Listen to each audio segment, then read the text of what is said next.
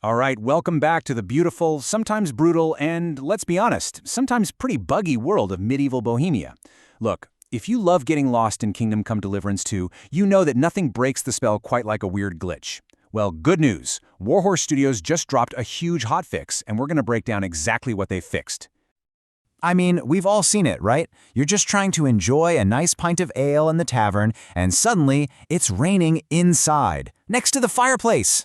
Or how about that time you saw a guy who was supposed to be, lying down, just start levitating?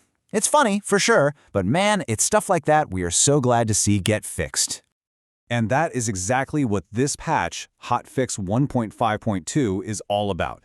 This is no small thing either. We're talking about a serious effort to iron out all those little wrinkles and make your time as Henry way more stable and just immersive, like it's supposed to be. Okay, so here's the plan for today. We're going to start with the big stability fixes, then jump into all the quest repairs. After that, we'll check out some core experience enhancements and then dive deep into the big updates for the Legacy of the Forge and Mysteria Ecclesiae DLCs. And at the end, we'll talk about what this really means for you, the player. All right. First up, a more stable Bohemia. This is all about those foundational fixes, the stuff that just makes the whole world feel more solid, Less weirdness, more immersion. Okay, this gets right to the good stuff. Some of the biggest headaches are gone. That indoor rain? Fixed. Losing a super important quest weapon just because you got knocked out? Not gonna happen anymore. And oh my gosh, that bug where all your horse's gear would just disappear after you fast travel? Yeah, that's gone too. These are massive quality of life improvements. And it doesn't stop there. Get this, barbers actually work now, even on old saves where you might have killed them. Oops.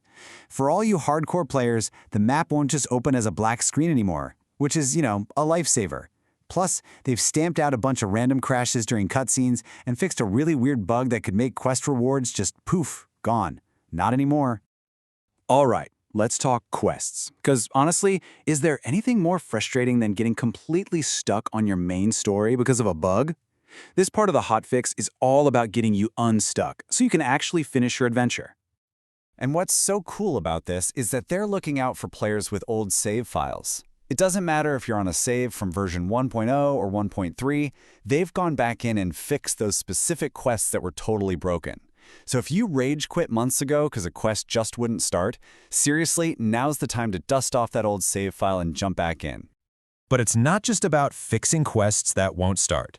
They also went after some of the truly bizarre bugs. And there's one fix in here that is just, you gotta hear this. Yep, you heard that right. A guy who's supposed to be lying still, just levitating, or teleporting around the room.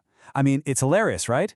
But the fact that they went in and fixed even this shows you how dedicated they are to keeping the world feeling real and immersive. Okay, moving on to the core experience. These are all those little tweaks that have a huge impact. We're talking about polishing the world, the NPCs, and even some platform-specific stuff. It's the details that really matter. You know how you can get your horse stuck in the dumbest places? Well, they've removed a bunch of those stuck spots. They also woke up some NPCs who were apparently sleeping 24/7. And in the Pop and J shoot competition, your opponent won't just wander off anymore, which is nice. They even fixed little things like a missing texture on a tent. It all adds up. They also gave some love to specific platforms, so if you're on Steam Link, you've got full controller support now, which is awesome. And for all the Xbox players out there, they fixed that annoying flickering you'd see on distant trees and stuff. It's gonna look a whole lot smoother now. Okay, time to talk DLCs. First up is Legacy of the Forge. This one got a really nice coat of polish to make the story and the gameplay just feel better. So, what does this mean? Well, first, the characters are way more animated, with new gestures and facial animations, which makes the whole thing more cinematic. They also improved the camera angles and dialogues. But the best part? The stashes in the DLC are now connected to your main player chest. Yes, no more long-distance inventory management. Now, if you thought those other updates were good, wait till you hear about the Mysteria Ecclesiae DLC. This wasn't just a polish, this was a massive overhaul. Seriously, the fix list for this thing is huge, covering pretty much everything in that storyline. And you can see just how they broke it down. The biggest piece of the pie, about 35%, went into fixing quest logic, making sure that story flows smoothly.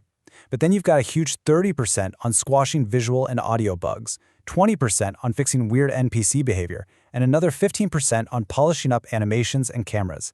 They really hit it from all sides. And some of the specific fixes here are just great. Confessor Stephen will actually stay in bed now when he's supposed to be sick. They got rid of all that weird placeholder text in conversations. They even fixed an incorrect potion recipe. And maybe my favorite, the Knights of the Order now actually spar in the arena during their downtime. It just makes the whole place feel so much more alive. So, okay, we've gone through a ton of fixes, from levitating guys to connected stashes. But what does it all add up to? What does this hotfix really mean for you? Well, here's the bottom line. The game is just way, way better. Stability is way up, which means fewer crashes. Immersion is much higher now that all those little distracting glitches are gone. And most important of all, quest integrity is through the roof. You can finally be confident that you can actually finish the quests you start. Look, this patch is so much more than just a list of fixes. It's basically the developers saying, hey, we're still committed to making this world perfect. It's a wide-open invitation for everyone to come back to Bohemia and experience the game the way it was always meant to be played. So the only question left is, what are you going to do? With Bohemia mended and more stable than it's ever been, are you going to finally finish that quest that's been bugging you? Are you going to jump into one of the polished DLCs? Or maybe just start a whole new life as Henry from scratch? The adventure is waiting. Thanks for tuning in.